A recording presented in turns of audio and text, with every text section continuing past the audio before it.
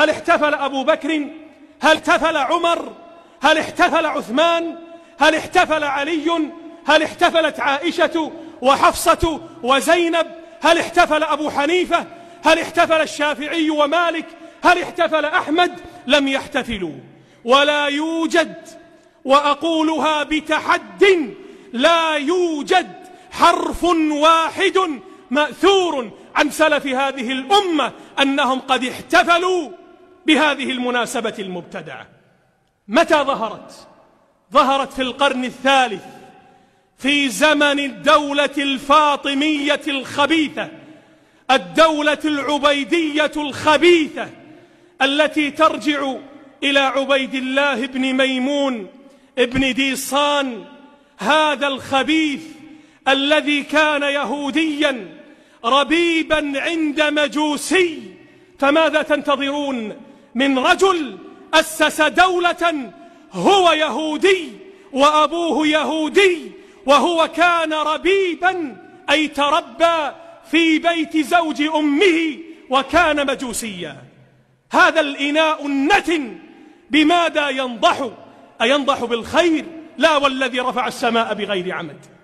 فلذلك عندما جاءوا إلى مصر، هذا البلد العريق الشامخ، قلعة الإسلام، وتوطنوا هناك في الدولة العبيدية نسبة إلى الفاطمية زورا وبهتانا، وفاطمة بريئة من هؤلاء الأخباث براءة الذئب من دم ابن يعقوب.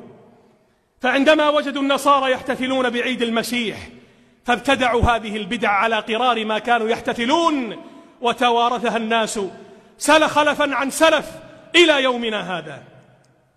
هذه بدعة منكرة لأن تحديدها مختلف فيه، وربي تبارك وتعالى قد فصل لنا الآيات وبينها في كتابه الكريم.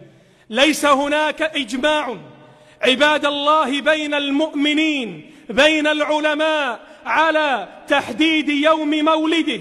اختلفوا إلى أكثر من 10 أقوال كما ذكرها ابن كثير وغيره.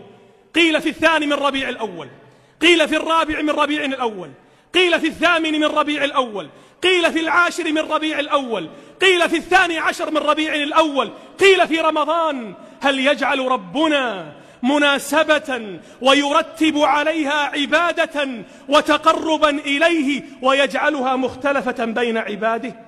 أنختلف في تحديد يوم عاشوراء الذي رتب الله عليه فضل صيامه؟